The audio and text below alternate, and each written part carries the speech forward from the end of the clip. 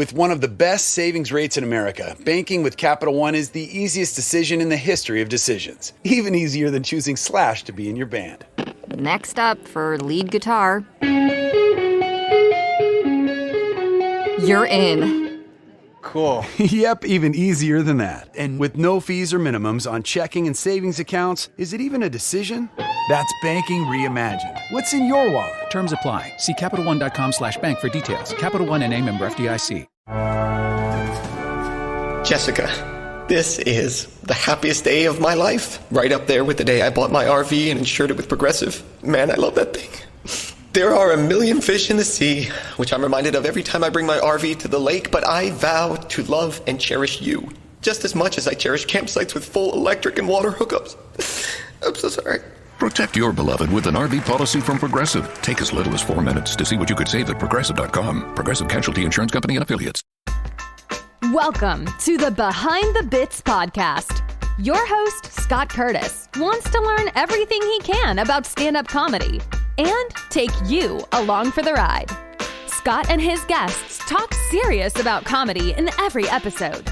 Behind the Bits will uncover knowledge from different perspectives on subjects such as writing and performing stand-up comedy, as well as booking shows and the comedy life. If you're thinking about becoming a stand-up comic, already in the comic game, or a comedy nerd, Behind the Bits is the show for you. Now, let's get Behind the Bits.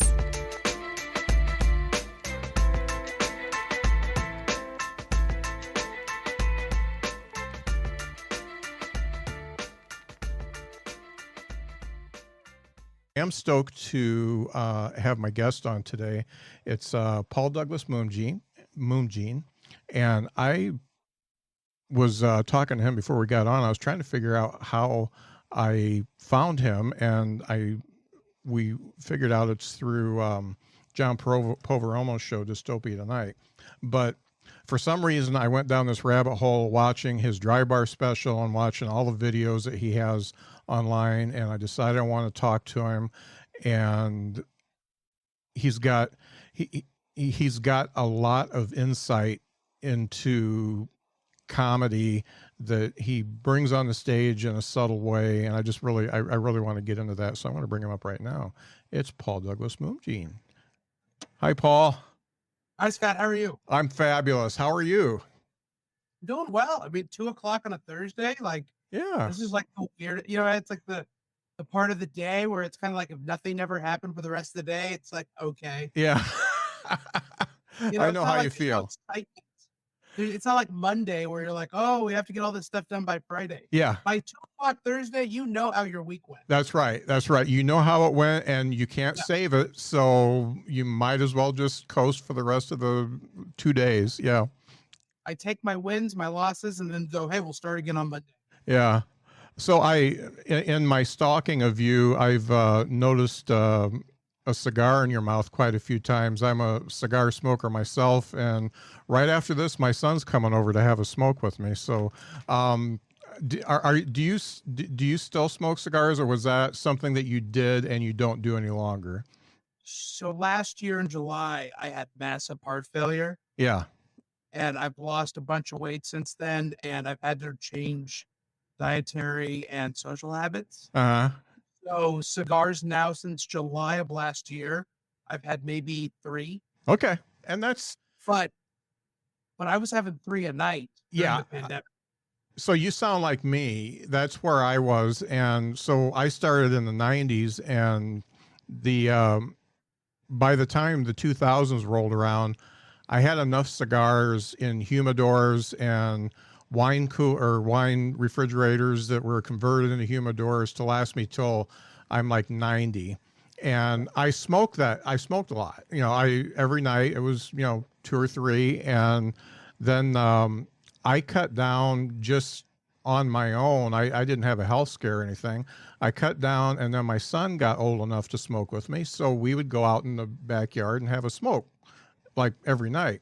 So he went to college, and I got totally depressed about it. And I didn't have a cigar for like probably 5 or 6 years, except for I bought some for my daughter's wedding, and I had a couple that night. But, and I've still got most of the cigars. and they're just in a tub now because we moved from South Bend down to Huntsville, Alabama, and I decided not to keep humidors because we're downsizing and I don't have room for it. But now, I rarely smoke, but I still have a ton of cigars. So when he asked me to come over for a smoke, I always say yes. And I enjoy it, but man, it was a problem for a while.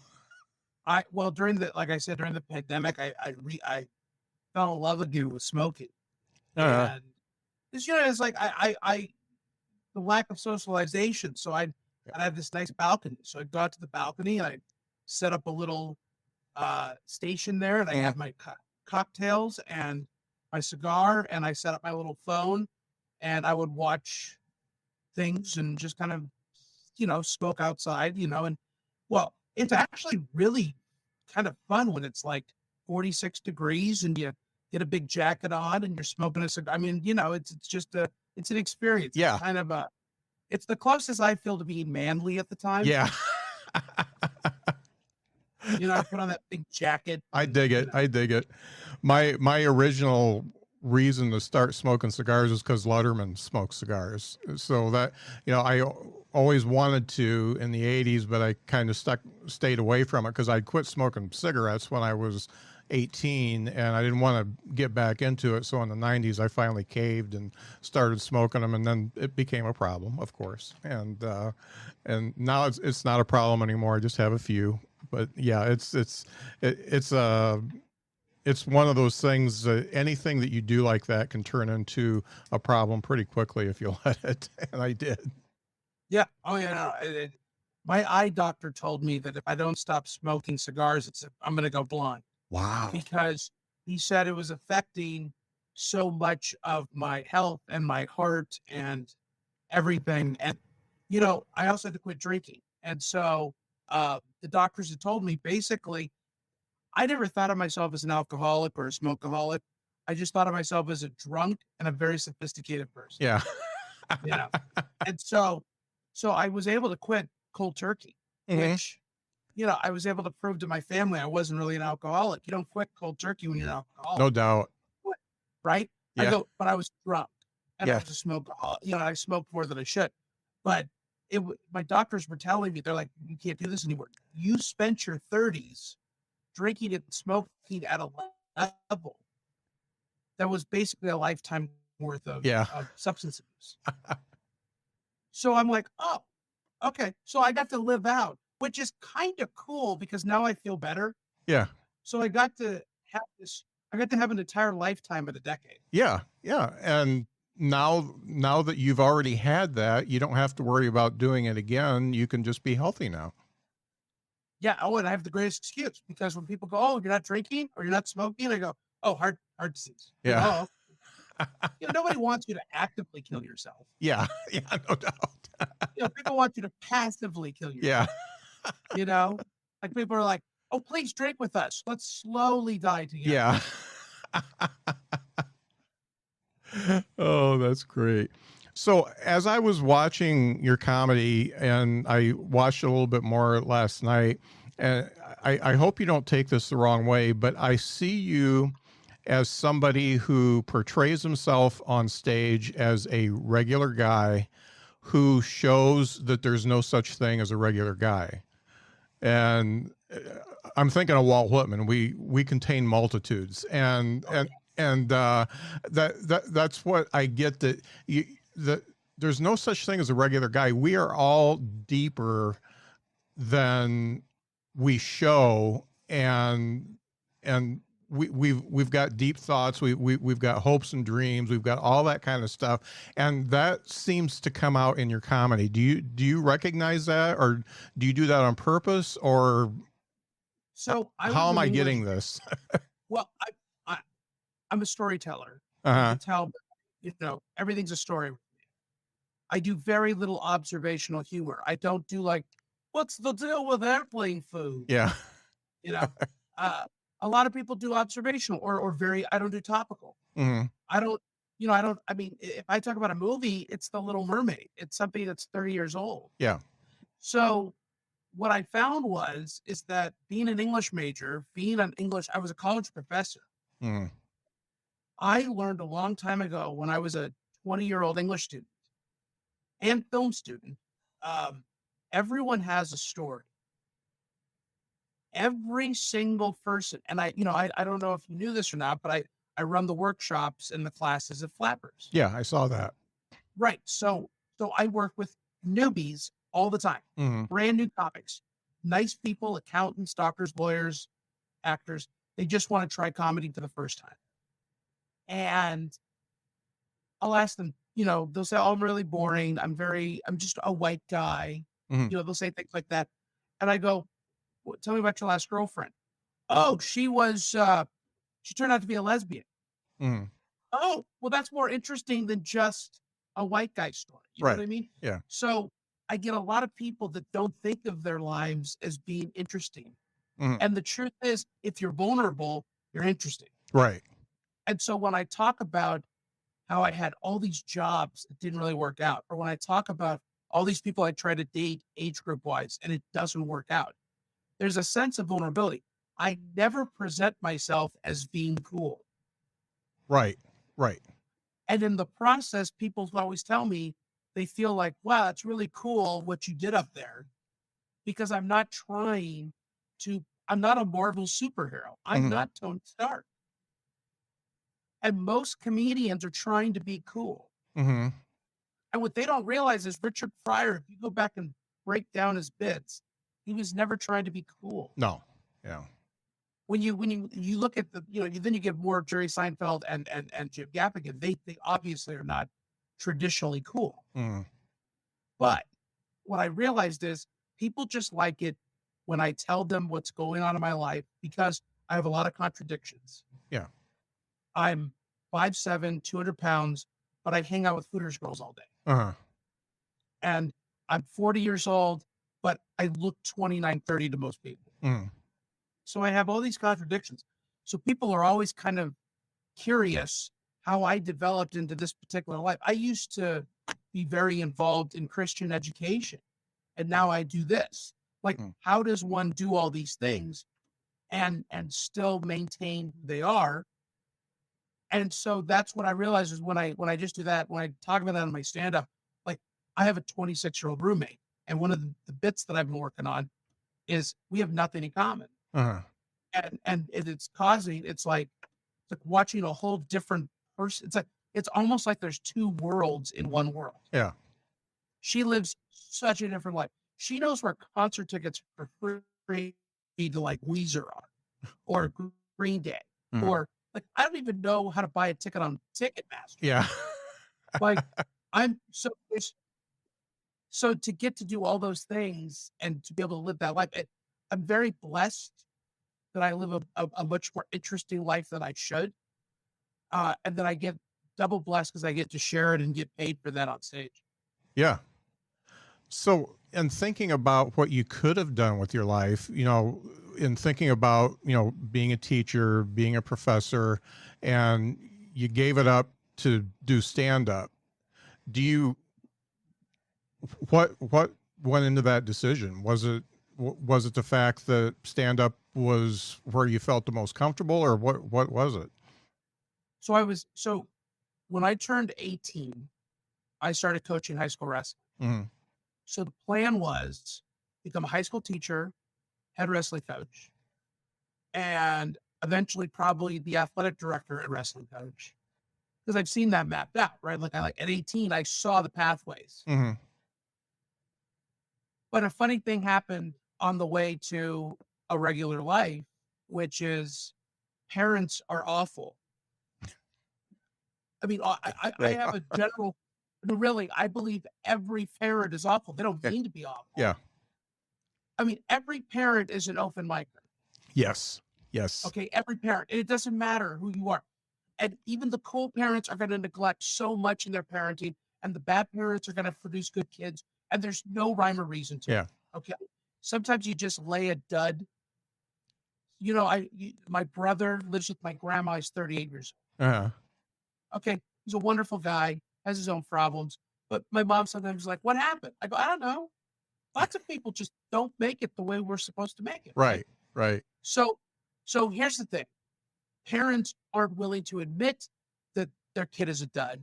So trying to teach duds and then deal with their parents going that this kid's an A student.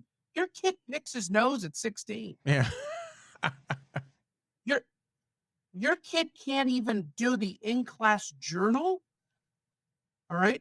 I got kids with 2 left feet whose parents think they should get a full scholarship ride to Iowa to wrestle. So the parents drove me out. Not like actual pitchforks. Yeah. But I'm a common sense person. I go, I don't want to spend the next 20, 30 years battling with dads. Yeah. Who think their kid is the second coming of everything. So that got me out of that. And there's no money in the colleges because back in 2008, when I got the master's degree started, there was there were more college positions than there were colleges. I mean, it was there's a multiverse where I'm making 180,000 right now writing books as a professor. Yeah. But then after the crash, all those jobs got taken. Yeah. And they all got eliminated. And then now it's just adjunct, part-time, Yeah. So I'm like, well, there's no future there. I have to get a PhD and I don't want to do that. Yeah. So I just decided, I always wanted to do stand-up. And so as I was becoming frustrated with teaching in 2015, I said, I'm going to go try this. And so I did an open mic and I got laughs and at Flappers. And it was the audition mic. I didn't know what that meant, but it was the audition mic. And they booked me. Wow. Which they book everyone. Well, mostly everyone. But I didn't know that. And so it goes back to a real simple thing is I didn't know that everyone gets a shot to, invite friends to a show. So I did. And I didn't know what I was supposed to do. And I was too stupid to ask questions. So I just called up a bunch of buddies and said, hey, I'm doing 5 minutes of stand-up at Flappers. You want to come watch me do it? And they were like, sure. And they brought their girlfriends and then they rebooked me again. And so I was like, oh, I don't know what I did, but whatever I did, I'll do it again. And then I took a class because I was like, I don't really know what I'm supposed to do. And the class really helped me figure out the idea of what really clearly is setup punch. And this is, listen, everyone eventually who makes it figures this out without a class or with a class. Okay. But what the class does is it gets you to think in terms of what stand-up comedy should sort of look like and how to develop something that works within your skills. So classes aren't for everyone because not everybody is academically minded. We at Flappers get a lot of students who happen to be academically minded people who like being told, here's what you should be trying. And then if you don't like it, there's something else you can try. Yeah. But they need structure. A lot of open micers, I was a structure guy. A lot of open micers want just 5 minutes to play. They don't want it structured at all. That wasn't me. And I didn't feel good when I did that. So what the class did is it got me to move faster. I got my Drybar special 2 years into comedy. Wow. But because of the pandemic, it took them a long time to post last November. But I built out 40 minutes of material that Drybar was willing to tape and pay me and put up online and do all that within 2 years. Now, my Drybar special is no more better or worse than anybody else's, which I say for 2 years in, it's a miracle. Oh, yeah. 2 years in. So, and then Laughs on Fox put me up a year and a half in. So I was generating material that was TV ready at a very young point. Now, I also happened to be at the time, 33 years old, 34. So 35-ish or whatever those 2 years were. So I'm writing material as an adult who already has a point of view. Yeah. So stand-up comedy. And in 6th grade, I was voted, funniest kid. I was voted most likely to be a sit-down comedian. Because I was a terrible athlete. And, but I was very funny and everybody knew that. So by being the class clown, by being the one who's funny, I was kind of a Ted Lasso before Ted Lasso, being that kind of goopy, funny, inspirational guy, stand-up came really easy. It just did. And it doesn't mean I don't bomb half the time. I still bomb all the time, but I bomb less than I would have if I didn't embrace who I was and if I didn't have a little bit of coaching up front, say this is what. So now I don't need an open mic to see if a fit works. I know what works for me, and as long as it falls within that. So you talked about the idea of the everyday guy, the schlub who isn't always just a schlub. That's on point. The words that I use when I teach my advanced classes is there's a theme in my comedy, which is I win when I lose and I lose when I win. And the audience only wants that. So I do a bit where I dated a Miss Columbia, which I did. And then she dumped me for a porn star, which she did. So the audience loves the fact that the Seth Rogen lookalike got a hot girlfriend, but thank God we live in a world where the universe went back to normal and she went with the guy she probably should have been with. Because there is no world. Listen, if I walk in to a place and I got a really hot girl, people are looking at like their watches as if like, am I in the right time, place, and what happened here? Like if I walk in with women, it's like, oh, he must be the gay best friend. I walk in with one or two, it's kind of like, how did that guy do it? So people like it that I'm winning, but people also don't want me to end up in a George Clooney fantasy. Right. So that's important to my comedy working. If Yeah. my comedy was, I date hot girls and then I dump them for more hot girls, that people would despise me. Right. It's not that that's happening. It's just nobody wants to think, oh, really, you stop it. Yeah. Well, and you'd need to take that type of a character over the top and be a character of that character, kind of like what Steve Martin did when, he did his thing. Yeah. So that's really what got me into it. Was I always wanted to do it. I studied it as a kid. I used to watch all the Carlin specials, all Damon Wayans specials. My grandma used to tape me all the HBO specials. And then I kind of watched it as a kid. I kind of figured out the rhythm a little bit on like voice inflection and stuff like that. So when I told jokes in class, I was getting laughs because I was kind of stealing voice inflection from the comedians. Right. And so I kind of knew little tricks that they didn't realize what were happening. Making faces like, like Jim Gaffigan faces. Yeah. You just, and they would laugh. And I just studied comedy. And then when I became a comedian, it was, okay, what's funny about me? What could be my unique, mannerisms and stuff that I have. And now, we're talking here. So, Yeah.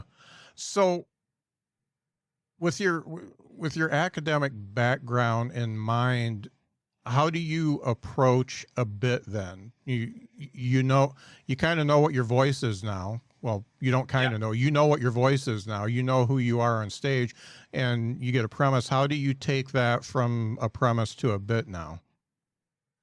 So what I try to do is I think to myself, okay, whenever I am embarrassed in a situation, whenever I am weirded out in a situation, whenever something feels really, really stupid, I take that and I begin to form it into a bit. So I'll give you an example. I have a new bit that I'm working on right now in which MTV actually messaged me on Facebook wanting to know if I wanted to be on the show Catfish. So I asked, well, what role? Because I'm thinking if you want me to be the host, sure. They wanted me to be the guy who's catfishing women. And I said, no. Okay. So I go, I have to talk about this on stage. This is hysterical. And it fits in with the win is MTV called. The loss is that they wanted me to play a creeper. So this is going to fit. I'm going to get laughs off this. Yeah. And within the first time I did it, big laughs. So now I got to think to myself. So I call my buddy up and I go, all right, what's the next show that they would book me on? And he goes, To Catch a Predator. So now the bit expands itself to, okay, so we start from truth. The embarrassment of, they think I'm the creepiest guy. That's what they think. They think I'm this creepy guy behind the camera, right behind the computer. But what if their only ideas of me were for like shows that are just terrible shows. So To Catch a Predator, they're like, hey, we think you'd be great for Seen It Pregnant. I'm like, I don't want to get arrested. Like all of those types of things. So then you start to go, what are the worst shows to ever be asked to be on? Mm. So then I can now expand our conversation into the realm of comedy, into the realm of exaggeration. It's not true anymore, but it feels true. And because I can say with such authenticity that MTV did reach out to me about Catfish, I now feel emotionally that I could joke, they might as well have called me about, and then I can list all the other terrible shows. Now I have a bit. Yeah. In the meantime, I have these other things that I'm working on, and as it develops, I begin the process of tagging it out once I've mastered the first 2 minutes of it. Mm. So, for instance, I have a bit where I talk about I worked at the movie theater, okay, but I worked with all lesbians, and I didn't know they were all lesbians. I asked one of them out, Mm-hmm. and the joke is, she goes, "I don't date boys," and I say, "Well, you're in luck because I'm a man." Yeah. That's how the joke ended. That just ended there. Yeah. Then over time, I expanded it into what I'm learning about the birds and the bees, and the birds and the birds, and the bees and the bees. Mm-hmm. So then what I do is I now take something once it's established, because it doesn't need to die as long as it feels authentic to you. Mm. Then what I'll do is I'll expand it out. So now that 2-minute bit becomes 3.5 minutes. So anybody who's seen it before a year ago now goes, oh, I remember this, but then they don't know about the tags that I've added. Mm-hmm. So it allows for the experience of the audience that's familiar with me, that sees me at Flappers, that sees me at Jarrett's Comedy Club, that saw me at the Ice House. They would see the bit evolve every single time they saw me. So everything starts as a kernel, and then I want to grow it out. Mm-hmm. So that was the way in which I approach writing: is what's happening to me? How do I feel about it? Why? And then expand based on like, well, what would be the next progression if this would go out of hand? Right. How do you decide if a joke makes it or not? How many times are you going to throw it out there before you pull it back and put it back in its case? Well, I think a lot of jokes, here's my take on that one is, not every joke is ready for, not every comic is ready for the joke. Mm-hmm. So I have a closer that I did for a long time where I use an Australian accent. Yeah. Okay. I was on a job and I used an Australian accent. I watched that one last night. Yeah. Oh, great. Yeah. When I first wrote that, it was 7 years ago. It didn't make it into the act until about 4 years later. Uh-huh. And the reason is because I wasn't sophisticated or strong enough as a comic to structure that out so that there were setups and punchlines and the act outs were moving the story along. Uh-huh. Right. So, it started as a dinner party where I'd just tell them, oh yeah, I used to use an Australian accent to give, tips at work. Yeah. I'd go into the accent for 5 seconds. Everyone would laugh and move on.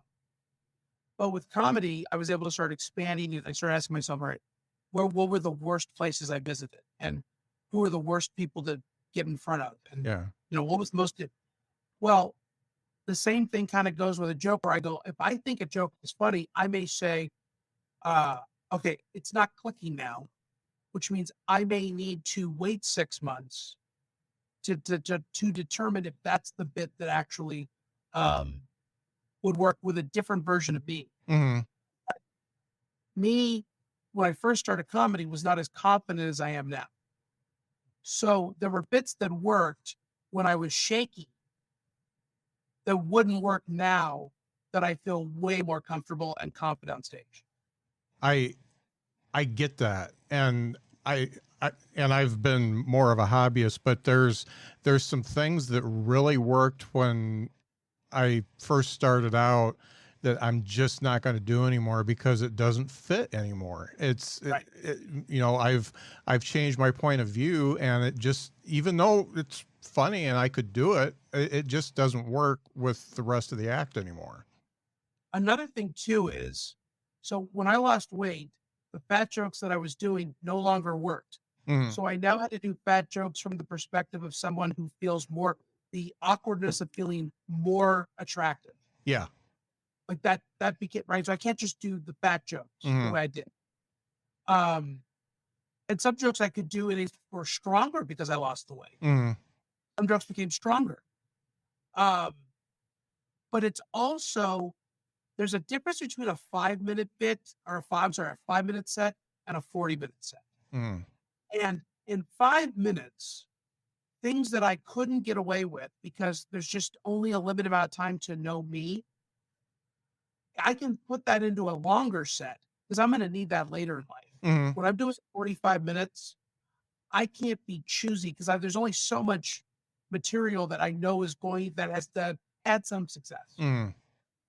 So I'll give you an example. I did a bit about how I used to host pageants, bikini pageants at Hooters. And it sometimes did well, sometimes didn't. It never did bad, but it never did. Sometimes it did great, but very rarely. But then when I'm doing 40, 45 minutes and I need to fill the time and I don't have a great audience for crowd work, like you're like, oh, what do you do for a living? Nothing. Like, I gotta find a bit to fill the time a little bit, right? So I can pull that in, but I can pull that in with a very different energy because you've now been introduced to me for 25 minutes. So now when I say to you, by the way, did you guys all know I used to host bikini pageants and Hooters? Sir, please put your tongue back in your mouth. Yeah. I can now do that. Whereas in a 5-minute set, it's like, I don't believe you. Right. So the jokes that kind of work really well in a 45-minute set. I have a bit right now that I'm working on about my relationship, my friendship with my grandma. That kind of does okay in 5 minutes. It does great in 10 and it kills in 15. Oh yeah. Because the more you realize, this is something I tell comics all the time. If I talk about being friends with my grandma in a 5-minute bit, I become Norman Bates. Yeah. If I talk about being friends with my grandma in a 10-minute bit, I become Albert Brooks in the movie Mother. Yeah. But if I talk about hanging out with my grandma in a 15, 20-minute bit, I'm now Brad Pitt who hangs out with his grandma. Yeah. It's now, wow, Paul's so cool. He spends time with his grandma. Totally different. Because if I only have 5 minutes, that means I only have 5 minutes to introduce myself to the audience. So if I'm choosing to talk about my grandma for that 5 minutes, I'm creepy. Yeah.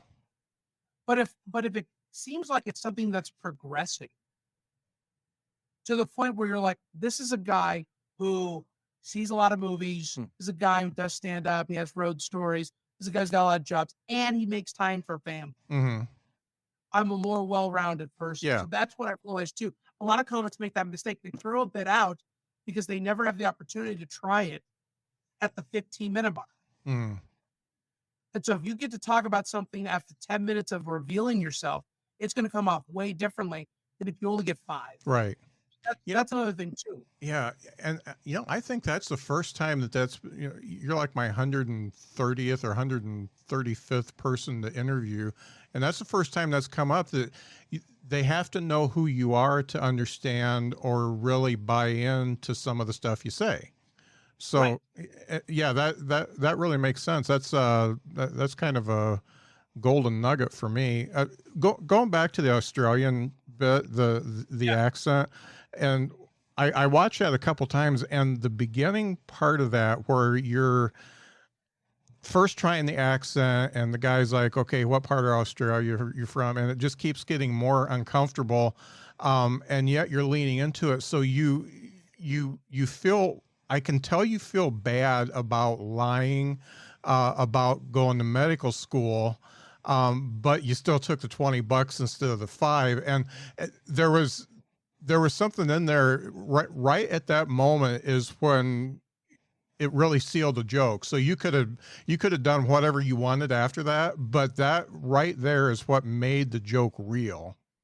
When I admit that I'm lying and that I don't like this and I need to stop this, then I can lie as much as I want. Yeah. It's because if you think about our culture and the way that we see morality, Mm-hmm. People go, well, I said I'm sorry.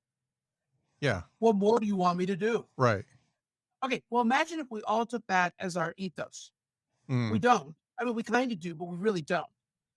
I can then say, well, I'm sorry for doing this. And then you go, oh, well, now you can do it. Yeah.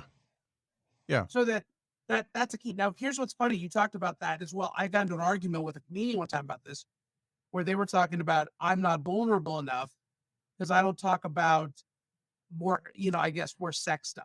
Right. Mm-hmm. That was and I said, and you picked up on something very interesting. You picked up on the fact that I'm revealing to the audience that I can be a liar. Mm-hmm. That to get out of something, to make money, I will lie if I feel that will help. All right. And I said, as someone who grew up, I told the comic this, as someone who grew up with an evangelical background, that is a sense of vulnerability for me to admit that I lied to make money. Right. And so you're right. There is a certain sense of when some comics are getting away with, mistreating their date, when comics joke about mistreating their boss, my thing is I'm not mistreating women. I'm not which can all be fodder for comedy. Mm-hmm. I'm lying to people using a fake Australian accent to make money. Yeah. So it becomes a different type of vulnerability. Yeah. And you feel worse about that than some people feel about doing much worse things. And yes. and that's the vulnerability that came out. And I was just, it just hit me that, wow, this guy is just really he's showing everything that he's all about right here. And that part lasted maybe 25 seconds. And that's not even the whole joke. It's, it's right at the beginning. It's pretty much the setup. And yet right there, I pulled you in and I was pissed off at you for lying because I was thinking I was the guy that changed my 5 into a 20. But at the same time, I'm thinking, yeah, I've done that shit too. So it was really, I don't know why, but that was, out of everything I watched, that joke just really grabbed me. It's a pretty popular joke when I do it for every Saturday. I perform at a club in San Fernando, and I had a person come up to me one time and said, "We brought our friend to have you do the Australian bit. You didn't do it." And I go, "I got to do different stuff because people see me every week." Yeah. And they're like, "No, but kid," I said, "Tell you what, here's my email. Tell me when you're gonna come next time. I'll do it next time." Mm-hmm. But yeah, no, it's definitely a joke that connects. It's such a weird story.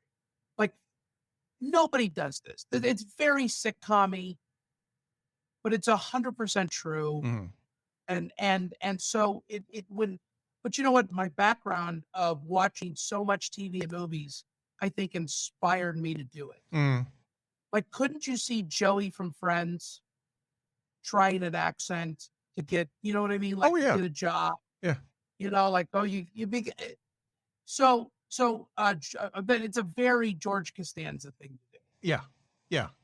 And so I thought to myself, if I was in the Seinfeld pitch room, I would have pitched that. George uses an Australian accent to get a marketing job. And he has to walk around all day with this terrible Australian accent. Yeah. Which, because it's New York, or in my case, Los Angeles, nobody would have known what a real Australian sounds like. Right.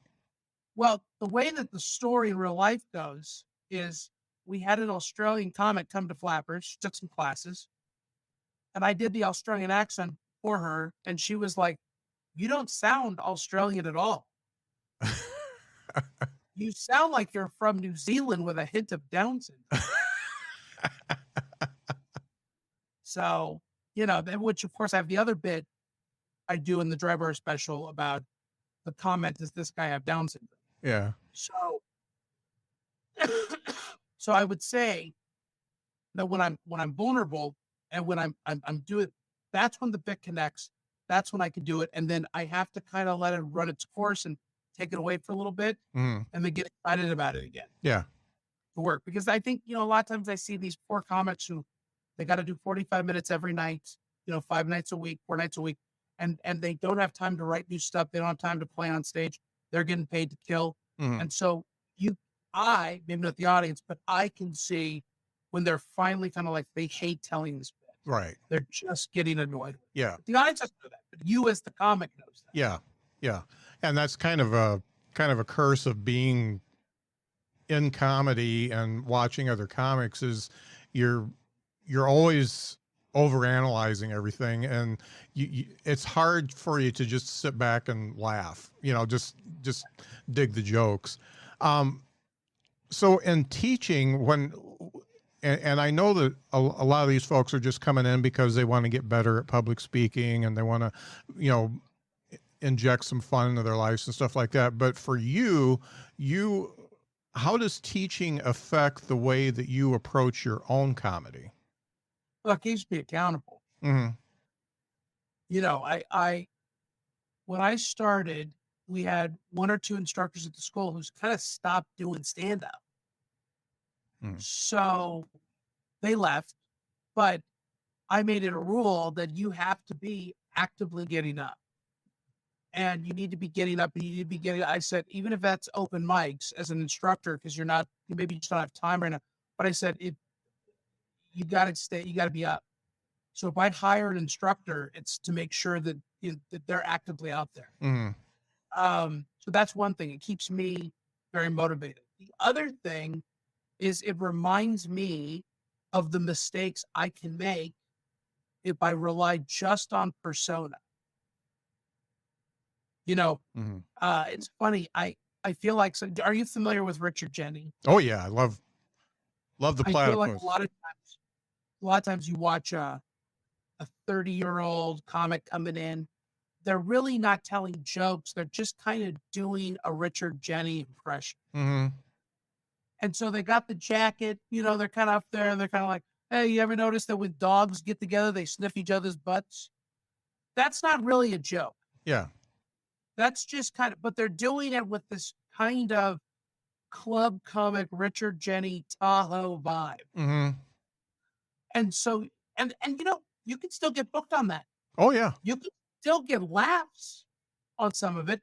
It's not anything that anyone's talking about afterwards, and it doesn't really go anywhere. Nobody can make money off you. No one's asking for your sitcom. Mm-hmm. Right? No one's asking to make money off you, but you can get 5-minute guest sets here and there. You can, still do a little thing of comedy, but it reminds me that I have to have clear punchlines. Mm-hmm.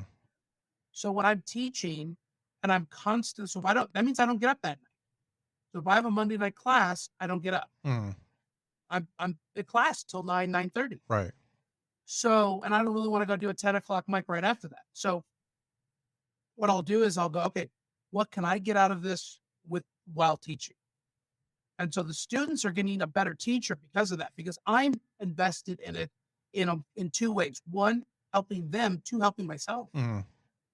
Like, Paul, how would you rework the bit? So I would give them the advice on what I would do for myself. And in the process, my comedy brain and mind keeps, churning. Yeah.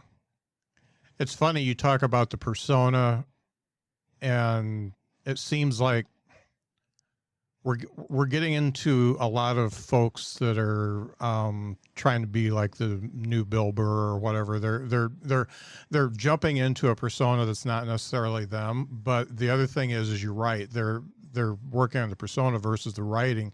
And it's funny. I had a Canadian comic, Glenn Foster, on a few episodes ago, and I told him, and I don't know if I remember if I said this in the interview or before the interview, that I've been listening to JFL on the Sirius more than like Raw Dog or any of the other stuff. And for some reason I like it more, and I don't know why. And he said, well, we're not nearly as famous, so we have to actually write better. and that's really it, because there's some really smart stuff coming from the JFL station, and it really makes sense that when you put the time into as much time into the writing as the performance part and your voice and your persona, it really shows. Well, one of the things about Bill Burr that I always use, or Dave Attell or Dave Chappelle, they're performing 9 times out of 10 and killing in front of their fans. Yeah. And that's important for young comics to remember, because You go watch Bill Burr, you go watch Dave Attell in front of a group that has no idea who they are, because they're famous, but they're not Jerry Seinfeld. Yep. Right? They're not a complete household name, right? Mm-hmm. So when they get in front of that group, they can bomb. Mm-hmm. They can bomb because the audience doesn't understand, why are they talking about, women that way? Yeah. Like they don't understand. Right. So there's still an audience. So when young comics go, I saw Bill Burr kill on his Netflix special with this joke about rape. Whatever. Okay, but that was in front of 20,000 people that have watched everything he's ever done and know that he's not a creepy guy. Yeah. Yeah. So that's a crucial thing. Jim Gaffigan, you think about Jim Gaffigan, he gets big laughs on jokes that if I just went to an open mic and said, "What's the deal with Hot Pockets?" Mm-hmm. No one would laugh. No. But Jim Gaffigan, all of a sudden you watch this 6'1", 2", pale guy talking about a food item that no one's ever thought about in their life. And that's the funniest thing ever. Yeah. Yeah.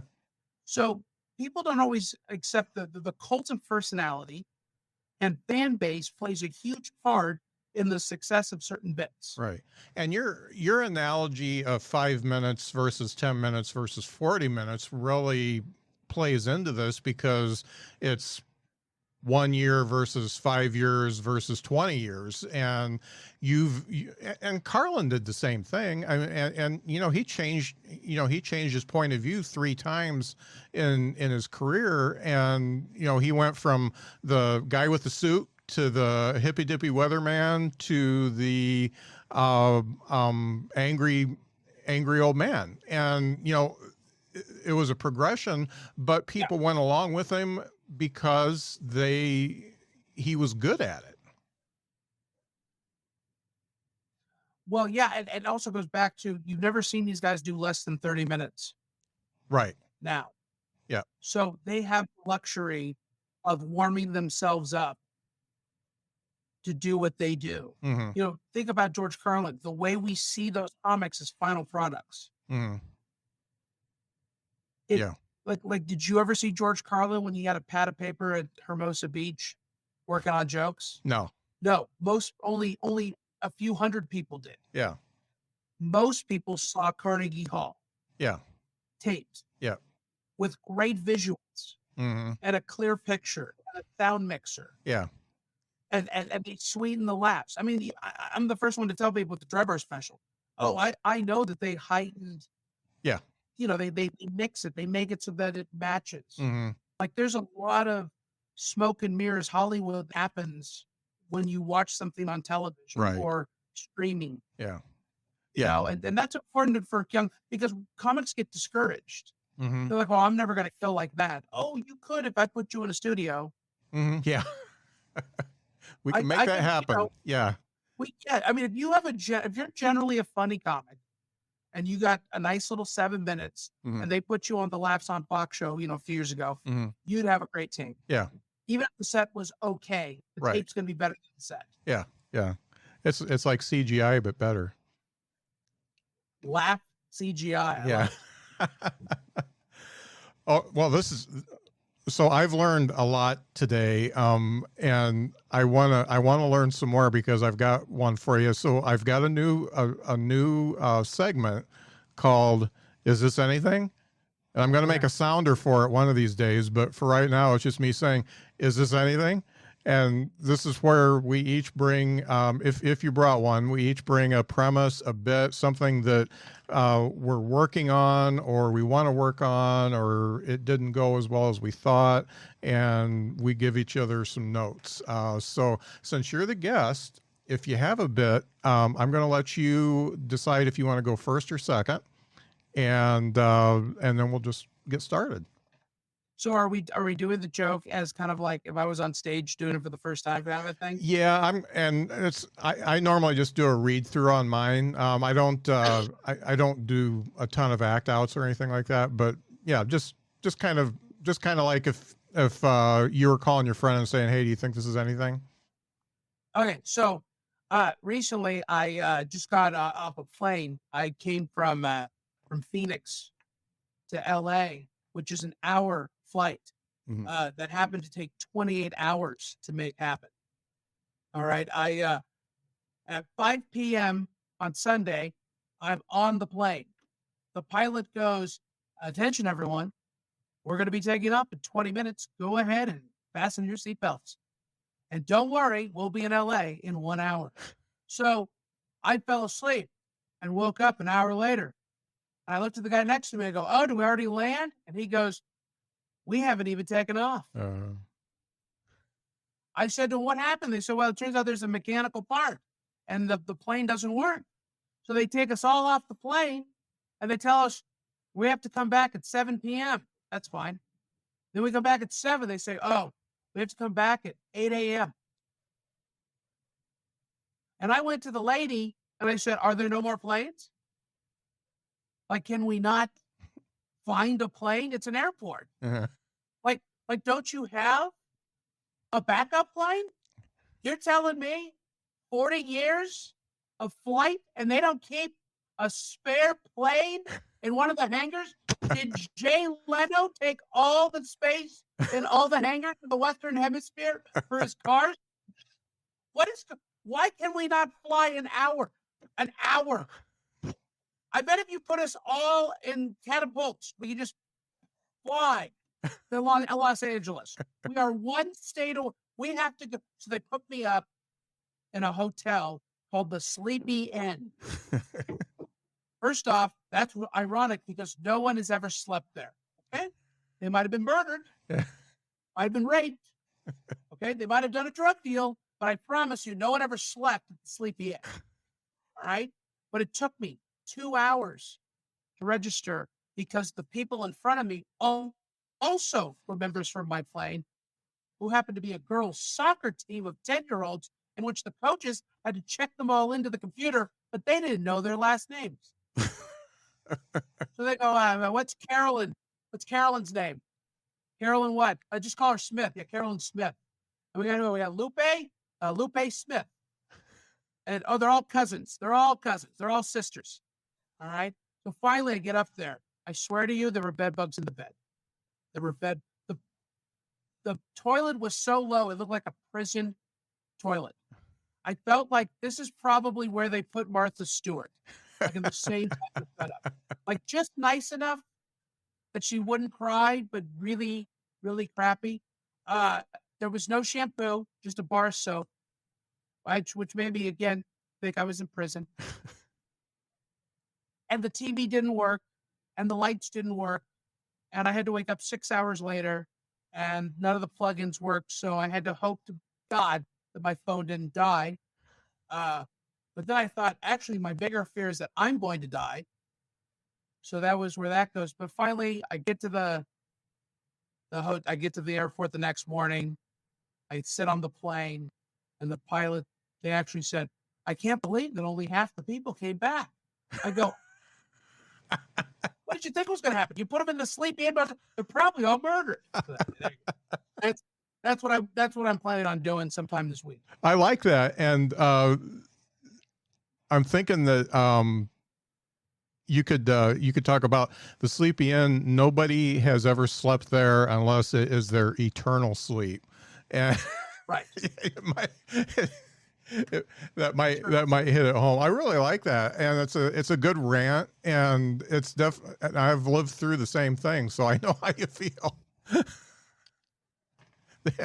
And they don't give you big enough vouchers when that happens.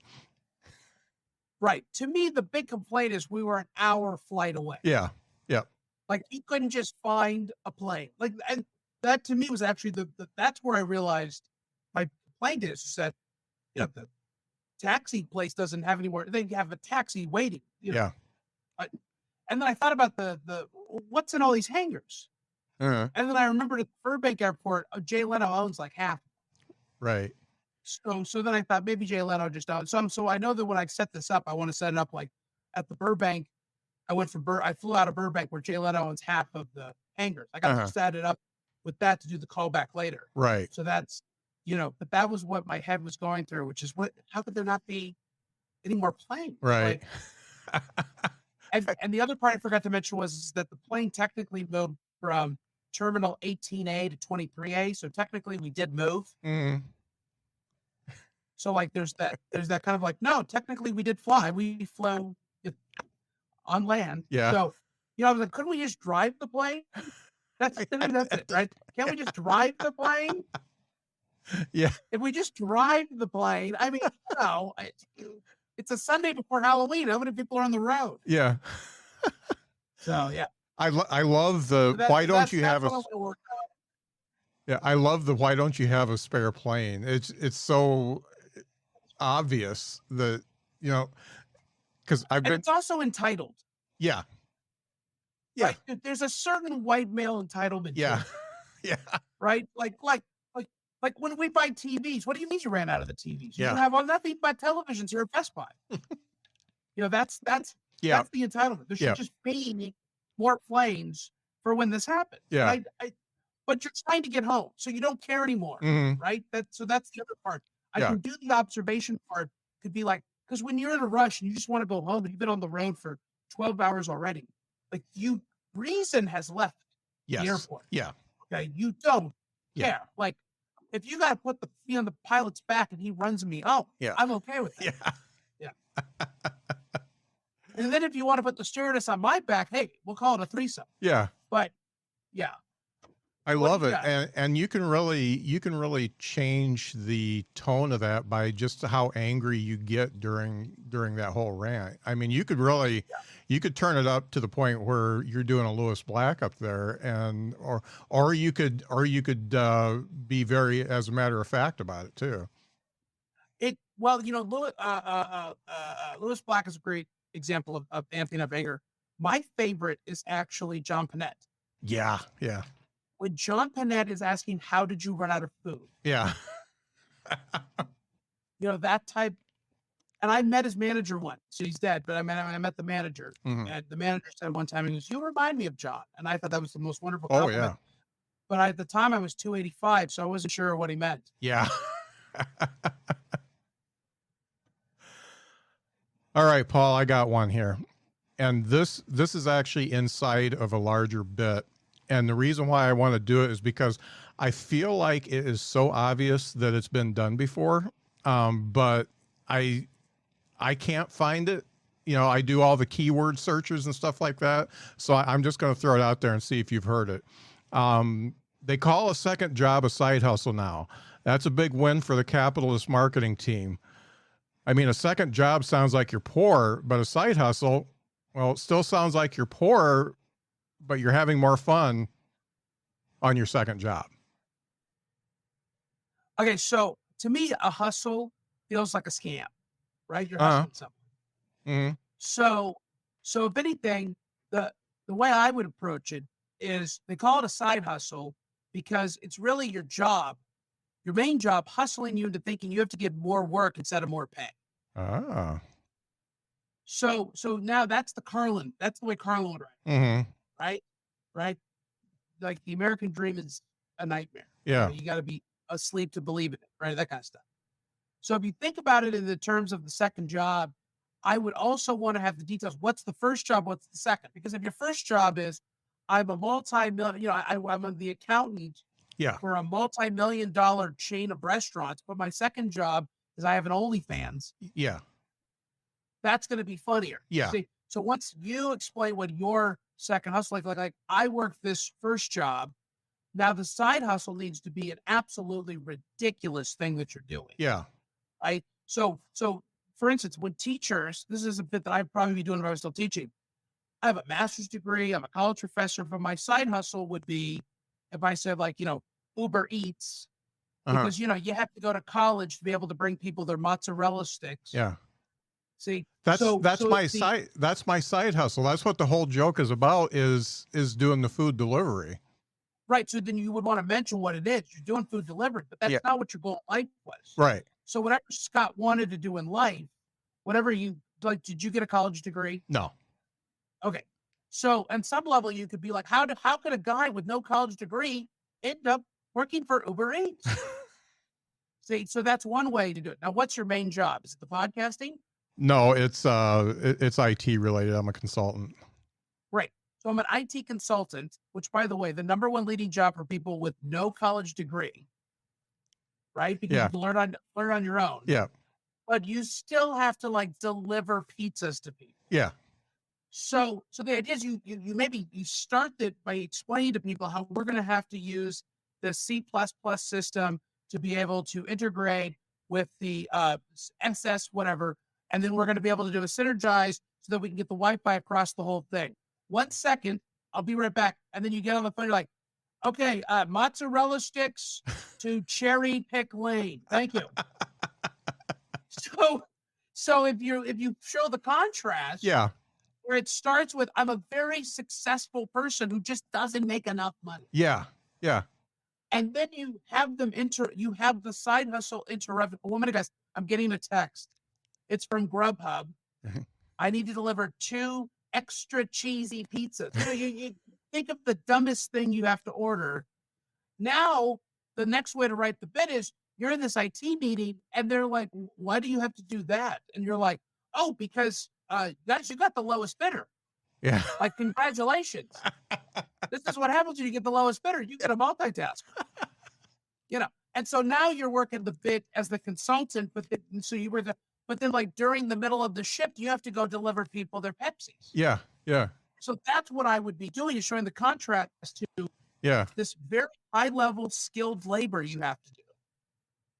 And I like in the that. middle of it, Yeah. you have to do all of this, but it needs to be the worst foods, Yeah. right? It needs to be like, I have to go pick up 4 boxes of frozen White Castle, to deliver to a couple of 17-year-olds. You get to the door, you open it up, smoke everywhere.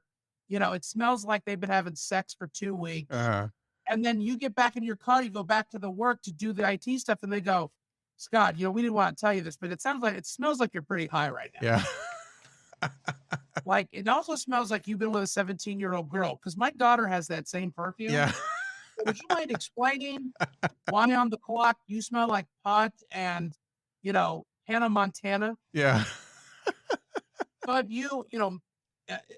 that's how I would build the bit out. Is you take the emotional truth, which is, this is how it feels like what I'm doing. It's not what you're literally doing. It's how you feel what you're doing. Yeah.